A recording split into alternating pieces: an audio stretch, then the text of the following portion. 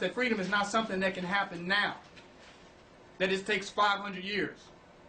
And it'd be 400 generations from now till we know freedom. That sounds like somebody who loves slavery to me. If you really, really hate the freedom, hate the enslavement and the oppression of your slave masters, how could you project your own Holocaust for 500 more years? It's going to be 10 generations down. We might not free our people today, but, 5,000 years from now, it's going to all be set into place. You don't sound like you sound like you love slavery. Any person who ain't trying to get out of slavery today, who not plotting and making a direct act. And when I say a direct act, people make a lot of excuses. I'm going to work for my job, and eventually I'm going to save up the money on my job, and then I'm going to put this money in towards the revolution, and this is going to somehow work for us to be free. How many people have said that? Well, people go along with this type of talk, that we're going to keep working and going on with the system, and just one day, we shall overcome. It ain't today.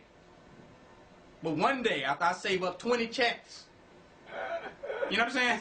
Right. After I get this promotion, I'm going to be free. And they don't have the courage and the dignity to step out right now. They don't have the pride. Some people think that somebody's coming for them to get them out of slavery. And nobody's ever coming. Can't nobody come for you if you love slavery. There's nobody that can free you. There's no Messiah-type being that's going to show up on the planet to liberate somebody who loves slavery. Because you ain't going no goddamn way. They're not leaving the plantation if they love institutionalization. There's nobody that can free them from that. So that means there's no Messiah coming to liberate these people who love. The only thing that can free them, the beginning of their freedom, is their love of freedom itself. That's the beginning. And that's a personal process. But once we exemplify the possibility and the potential for freedom by what we be doing have, we will inspire others to become a lover of freedom. Just like you wear some nice Jordans and Nikes and somebody else wants them because you got them. Well, damn it, if we got true, wholehearted, absolute freedom, they will admire that. They will envy that.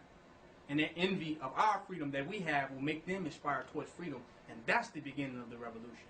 So our job is to be free as possible. Is to manifest our freedom even more so. To be more potent in our expression of freedom. And that starts off with the freedom of speech, which is the DVD ministry. I got the freedom to get up here and keep saying this shit and putting this shit out every week. I got the freedom to keep saying that. And I'm going to keep exercising the freedom. Because only out of freedom can we say what no coon will ever be able to say. What they will never be able to say in their college campuses. What they will never be able to say on their job at work. What they'll never will be able to say in their institutional settings. They will never be able to say it. And their fear of the white man will never allow them to say it.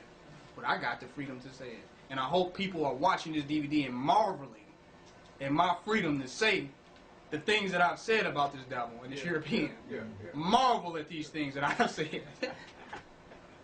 And be inspired to manifest your level of freedom. So it takes that free black man, which all of us must become and must embody more and more daily. It takes that free black man to motivate and inspire others to be free. It takes that person to love freedom that much. And each one of us have to become that person more and more. And it's more important that we become that person than that we even try to liberate others.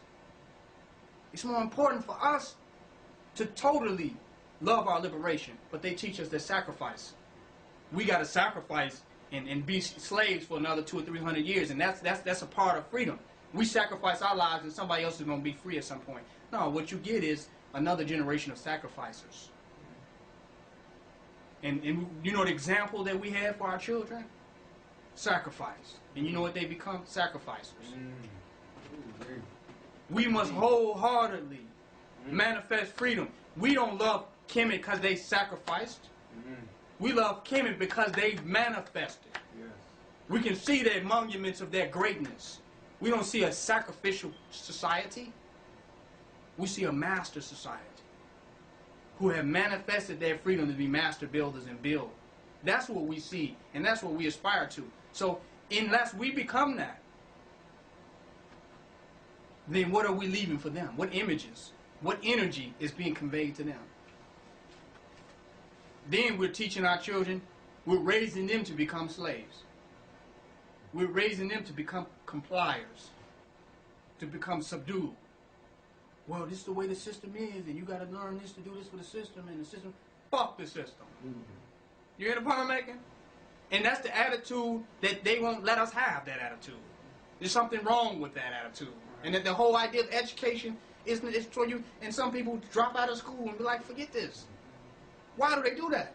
Because it's not in them to be subdued and to comply and let somebody else control their mind. They're not trying to learn about no Columbus and none of that. They're not trying to have somebody standing over their ass all day, sitting behind a desk, telling their ass what to do and what not to do. They're just not going to, by nature, they're not going to go for this. And we force them, so that person will have been Che Guevara. That person would have been the radical. But at home, the radical is broken. You got to comply now. You got to go. It's just, look at the world we live in. The world we live in don't accept black people being free. Do you see what we are teaching them from the cradle? The world don't, now you got to, this is how the world is what you make it. The world is what we make it be. There's no world out here where there's not, you know, that there's no room for us to be who we are. The world is what we become based upon what we be when we be who we are. You see the point I'm making? But they act like it's this world out here that's, oh, you know, this is the world. It's just the way of the world. You live in America. What the hell is America? America used to be indigenous land where Native Americans had freedom. The image and reality of what America is has changed over the last thousands of years. There's no such thing as America.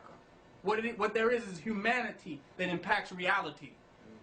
And reality will always be the effect of the humanity that impacts it.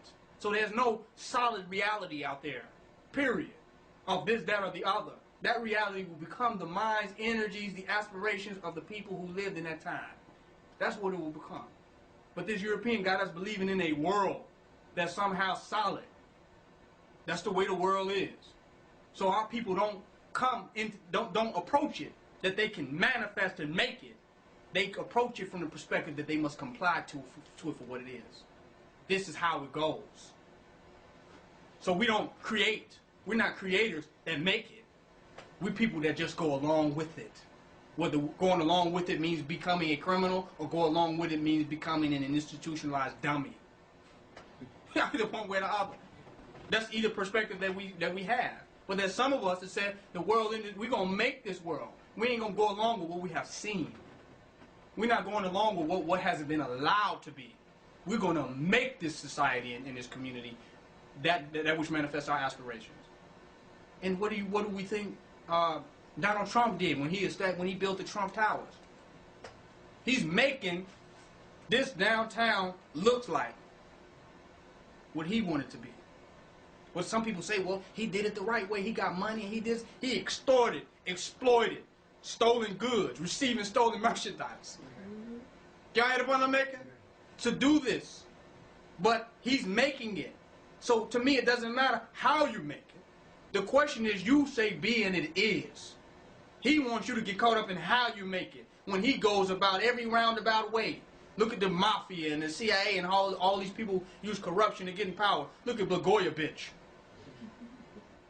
He's a representation of the rest of them. What he's doing. Look at Blagojevich. He's a representation of what the rest of them are doing. Then they got the governor before him.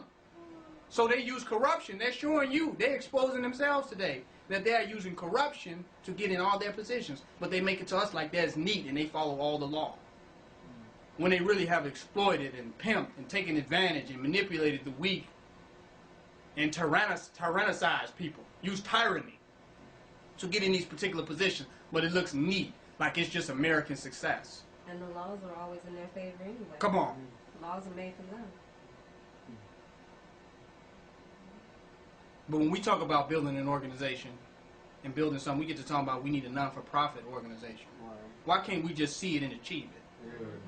You see all these middle stuff we got to distract us. We got to say, hey, if we want a pyramid on that block, we just got to see it and achieve it. Don't matter how I get there. Just make it manifest. That's right. But we get